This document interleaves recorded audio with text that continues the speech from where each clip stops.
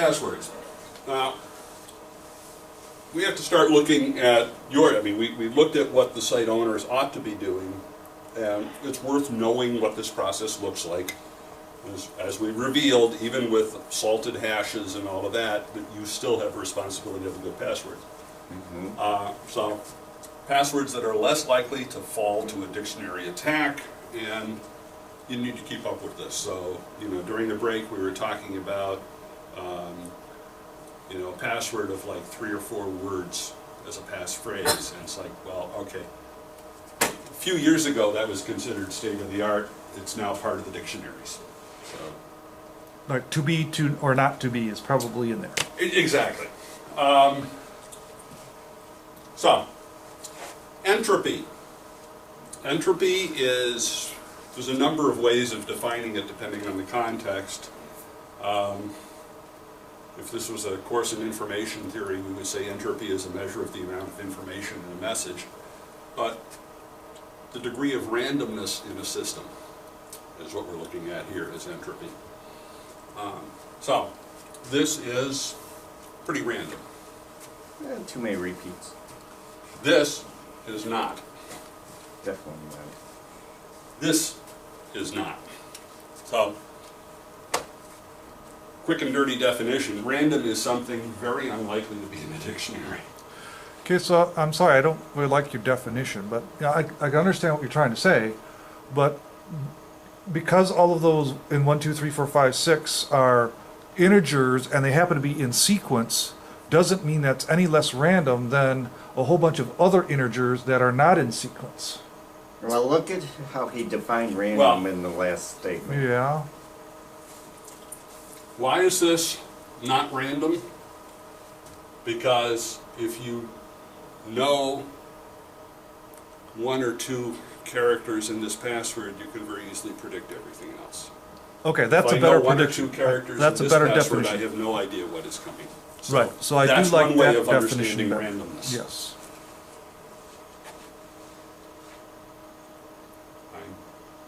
We can really get into this if you want. I used to teach statistics. No, and so I do appreciate that, and Yeah. some of that is, so even the fact that you had a number at the end of one of those made it less random to me in terms of the universe of things that people tend to use, right? Oh, yeah. So predictiveness is how many people do that type of pattern. Right. So putting a number in the middle or earlier in the sequence rather than right at the end, as Drew does, right? Then that's a better practice. What Drew does. Because he just told us earlier. He told us I earlier. did that at Ford when they Yeah. had their pass Oh, system. okay. Shows you what sort of cracker I am. I didn't pay attention. Ah. Not after his password. Hopefully he's changed that habit. So, let's put it this way. The passphrase I use for my GPG key pair is a line of poetry combined with a number, but the numbers and the words are mixed up. So, Interesting. Well, so there was a guy that I can remember it. is talking about using a phrase, a common phrase you can remember, and using like the first letter of each word in that sentence to be Yeah. Now, if it's a common phrase, right, to be or not to be, that's probably not a good use, right? Yeah, particularly if it's something that a lot of people would come up with. And you never know when you're going to... some years ago, I picked a 4-digit PIN for a card, and I thought I was being very clever. I said, I'll pick the year the Magna Carta was signed, which happens to be 12/15. Seemed perfectly reasonable. It took me a year to realize that my wife's birthday is December 15th. Oh. Not that secure after all, someone would have guessed. Yeah, I'd say anything Well, with the problem with a 4-digit PIN is there are only 10,000 possible combinations. Well, there's that too, but this wasn't the most secure thing in the world. Anyway, Well, just to digress just a moment. So is there a way I can find out if a specific password is likely to be in a cracker database? You I can would download a cracker database and run your proposed password. there are like rainbow there's an tables idea. that you can download. Okay, all right. All right, so that's good. Another, besides just running a password random generator, right? Mm-hmm. Running that then against a list to see, did it randomly happen to come up with one that's popular, like your 1216 Sure. or whatever? Yeah, you could do that. Now, what does it mean to talk about something being uncrackable in this context? If you and the site do everything correctly, yes, you can have an uncrackable password. And by uncrackable, I mean very unlikely Right. to be brute force computed. Change in technology can affect this. Right now, I remember the first time I started talking about this at the Washington Linux Users Group, and I had some very fashionably cynical people tell me, NSA's got more money than God, they can crack anything. And I said, they don't act like it. What they're doing is storing a whole bunch of stuff they can't crack. That's what that whole facility in Utah is all about. They're storing it because someday, with changes in technology, they may be able to crack it. And then they can read the message. Yeah, they're talking about what, petabytes of data at that storage facility. Yeah, there was a case a few years ago. FBI was trying to get into it was a thumb drive or a portable hard drive or something that was encrypted with TrueCrypt. And the person had done it properly and refused to give the password. They could not get it. So, now, if this is your concern, and there's a question here. I mean, are we talking about how to protect ourselves against the NSA? Or are we trying to protect ourselves against a group in Belarus that is trying to get into our bank account? Or the North Those are two very Koreans in different that things. restaurant. Huh? Or the North Koreans in that restaurant. So, I thought you if you're trying to protect yourself against the NSA, you better be really good. It's doable, but you really got to know your shit.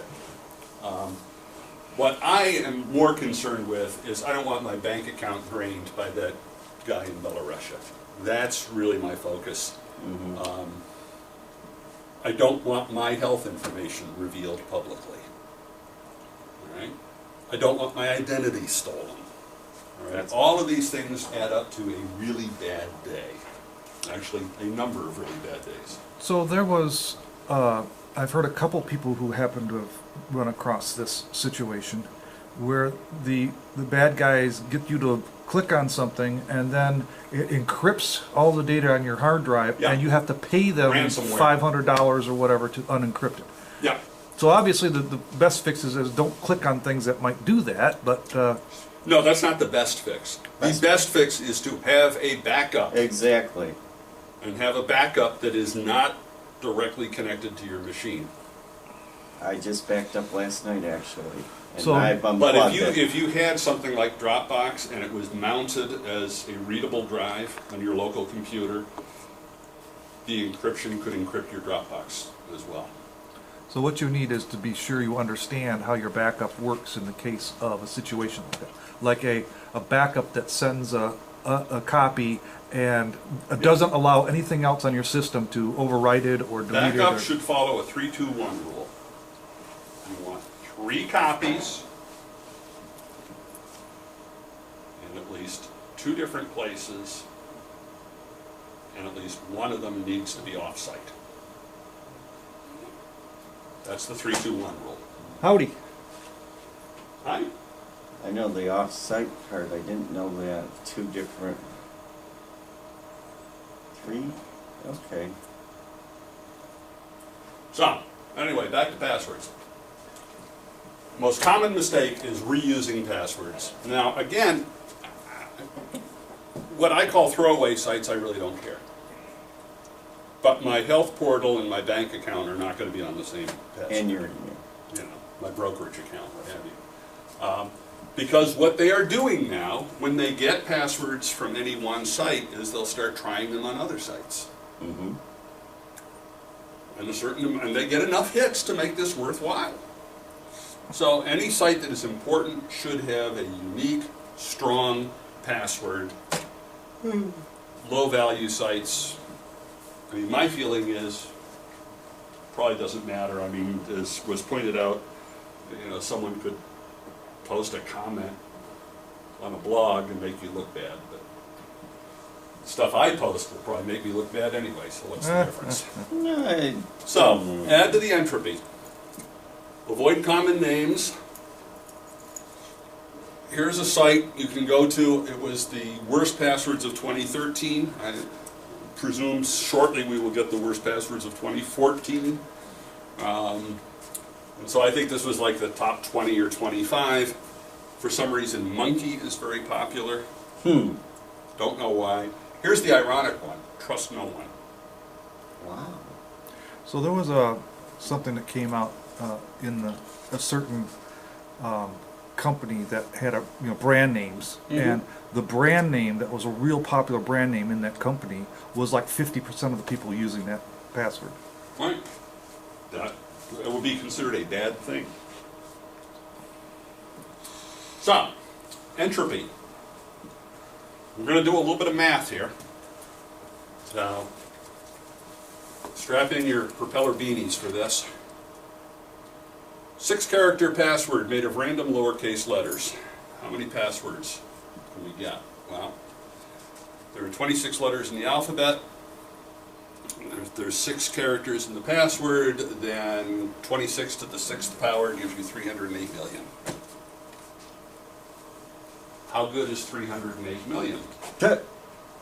Useless. Well, let's take a look at the hashing mathematics. As it happens, Bitcoin mining is a process of calculating hashes. And a whole lot of people are very interested in Bitcoin mining and in trying to do as many hashes as they can in the shortest time possible. So, in other words, the ability to speed up hashing has gotten a lot of attention from people who are financially motivated. So, the last documented one I saw was that they could do 800 billion hashes a second with some of these rigs. Now these are, multiple computers, linked together in a cluster and all of that. But if you can do 800 billion a second, how long is 300 million going to take? A small fraction of a second. Less time than it took you to ask the question. Exactly. So clearly that's not going to work. Well, let's continue. Let's mix upper and lowercase. That now gives us 52 possible characters. 52 to the 6th power is 19 billion. Well, 19 billion is still a lot less than 800 billion, right? Okay, add in numbers. That's 10 more. So now we're up to 62 characters. That gets you to 57 billion. Put in all the special characters. Basically everything you can access on a keyboard. That's 95 characters. 95 to the 6th power, 700 billion. Still take a Bitcoin mining rig less than a second. So I'd be interested, not that it would be an easy effort to do, to determine using a set of common policies, such as you have to have one of each of the common things, what the capability would be for a password of that type. So, Do it again with 12 characters. well, with 12 characters, It'll be all of those numbers squared. right. So, if you want a really rough, that means we're going to add, that gets you to about 700 quadrillion as a rough number. okay, so I'm not understanding. So I'm thinking that the number would be smaller. So if you have, With 12 characters? No, what, okay, so I'm still on my question, sorry. So the idea is, of the universe of all the possible combinations, Right. you reduce that by saying you only allow ones that fit a policy that says that you have to have at least one number, at least one special digit, at least one upper layer, letter, and one lower character, right? So, you know, those 4 rules would eliminate billions Oh, you're of right, possibilities. because if you're saying that has to be the case, then you would have actually some less than 700 billion. You're right. But it would eliminate only a small fraction of the total. And that's what I'm interested in understanding. Yeah. What fraction of that is considered small? Um, Is it really worth having the policy in there? You could do them, It is. no, it's not worth having the policy. I think it is, because if you don't have the policy, then everyone is going to just use lowercase letters Yes. or... Right. So in the universe of people who are going to follow the rules, it is really good to have everybody following these policies, right? But in the universe that you really want to maximize Well, the... okay, yeah, I see your point. So that probably, the answer ends up being something less than 700 billion, but it could end up being better than what people would do left to their own devices. Exactly. Yeah. So isn't that a mathematical thing that you could actually go out to a population and find out how many of them are doing the right thing and you following the policy, right? And how many are How not? good is your and- data? Yeah, right. Well, I do this with a spreadsheet, and you know, I can do any of these calculations Right. pretty fast.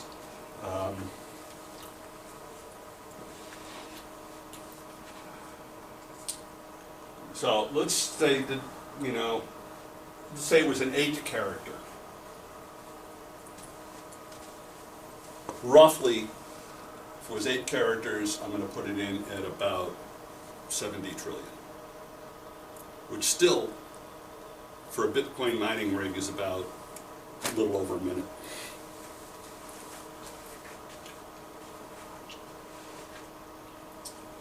Now, Steve Gibson coined a term called password haystacks. And he says the way to make it harder to search for a needle in a haystack is to make the haystack much bigger. So that approach says length trumps everything. So his claim was a password like this, and that's like 30 odd characters if you do the counting. I'll let you count for yourself if you wish. Is actually secure as long as the cracker doesn't have any advanced knowledge of your particular algorithm. But don't use that one now. So it isn't just periods, it's just, it's something that you can remember, but it's very long and unlikely to be exactly what anyone else is doing.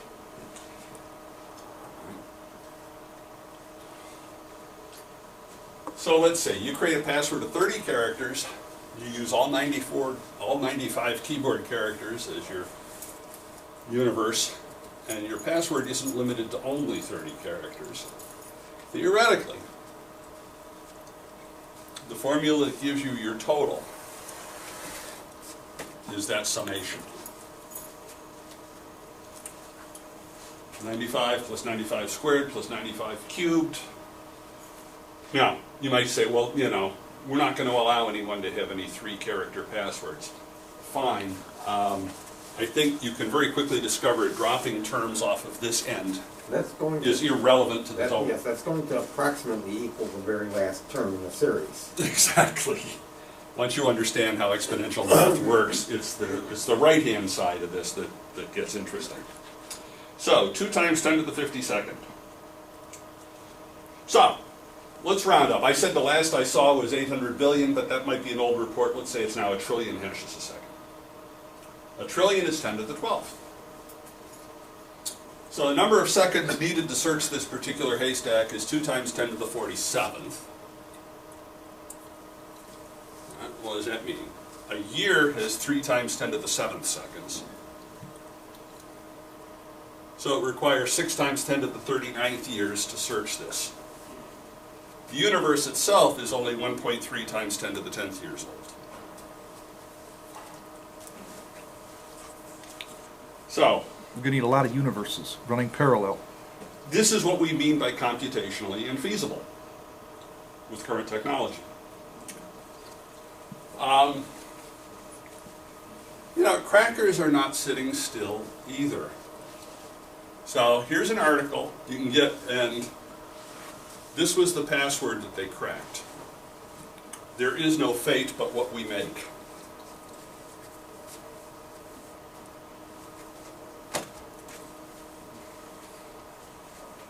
And if you read the article, it becomes very clear that it was a dictionary attack that they were talking about. So, passwords need to be long and random. For now, at least. That guarantees it will not be cracked. Now, we said that quantum computing comes in, everything changes.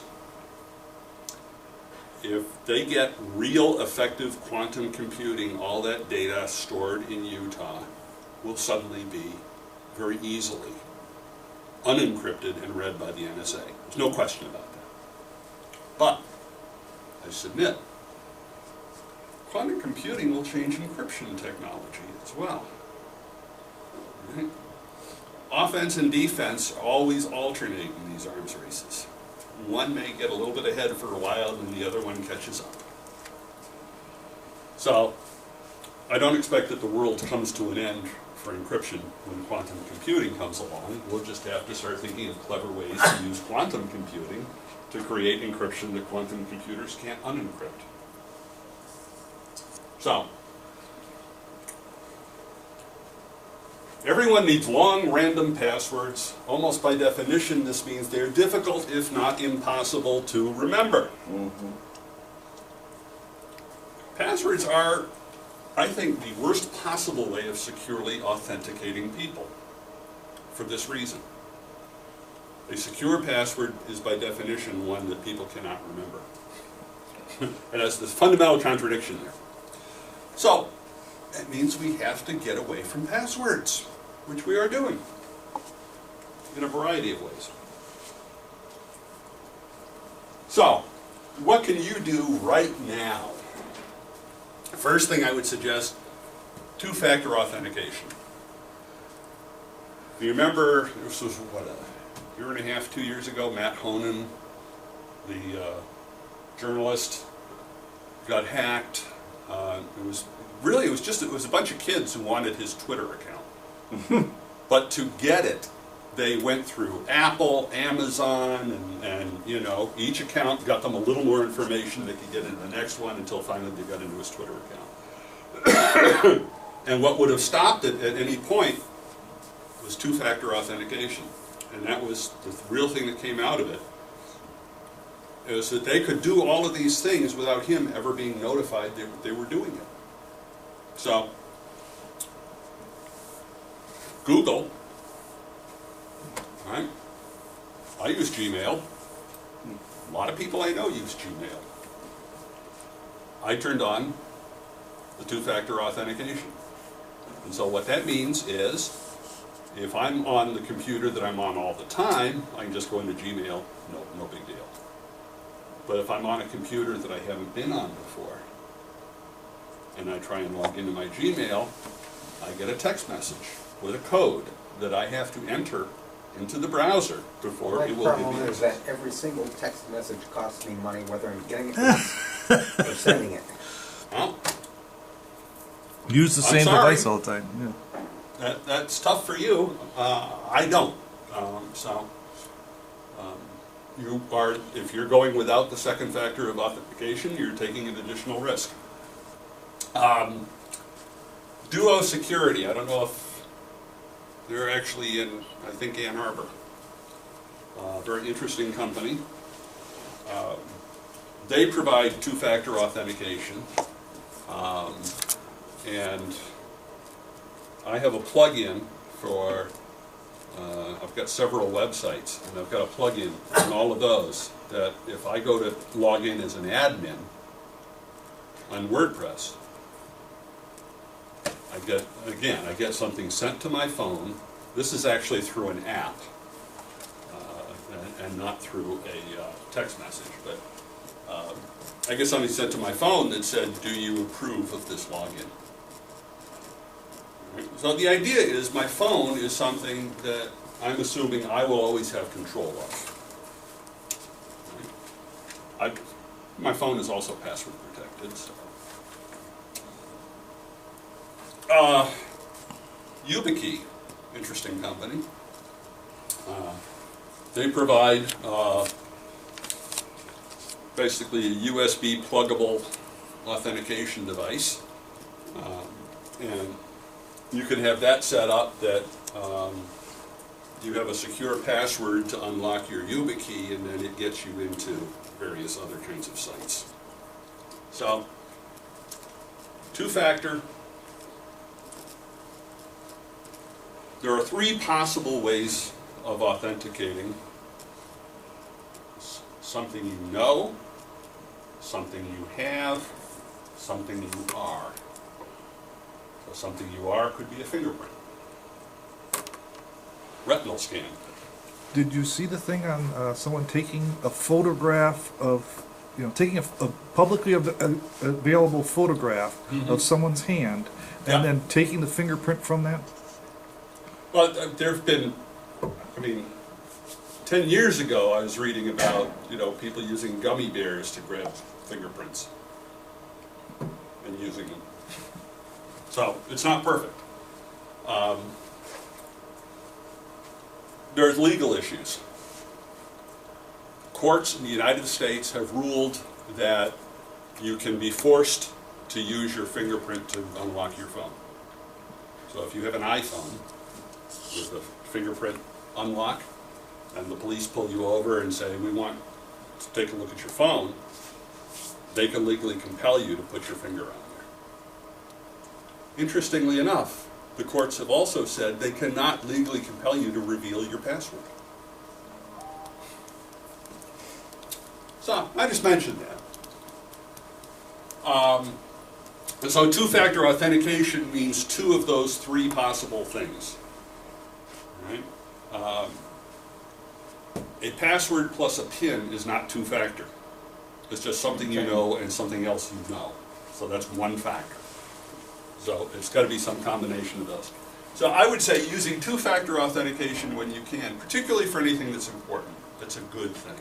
If you can get something set up with your bank that says, I want two-factor authentication. If anyone tries to log into my bank account, I want a text message sent to my phone or something like that, with a code that I have to enter. That would be a really good bank. Next thing. Password generator and vault. I use two of them, LastPass and KeePassX. The reason I use both of them is they're different use cases. They each have strengths and weaknesses. Now, what both of them will do, they will generate strong passwords and they will store them for you. All right? Now this works on the principle of keep all your eggs in one basket and watch that basket. All right? So all of your passwords are in LastPass or KeePassX. That's protected by a password.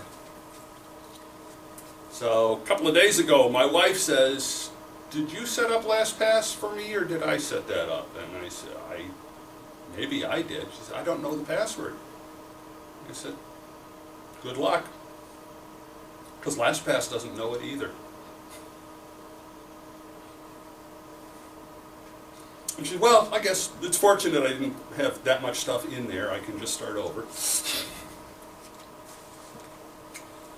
So, you need to secure these with a good password. So, this is one of those things where, okay, it's probably unrealistic to expect human beings to remember a whole series of long, random, high-entropy passwords. Can you remember one? Or if you use both of these, let's say two, because it would be poor security to use the same password for both. So,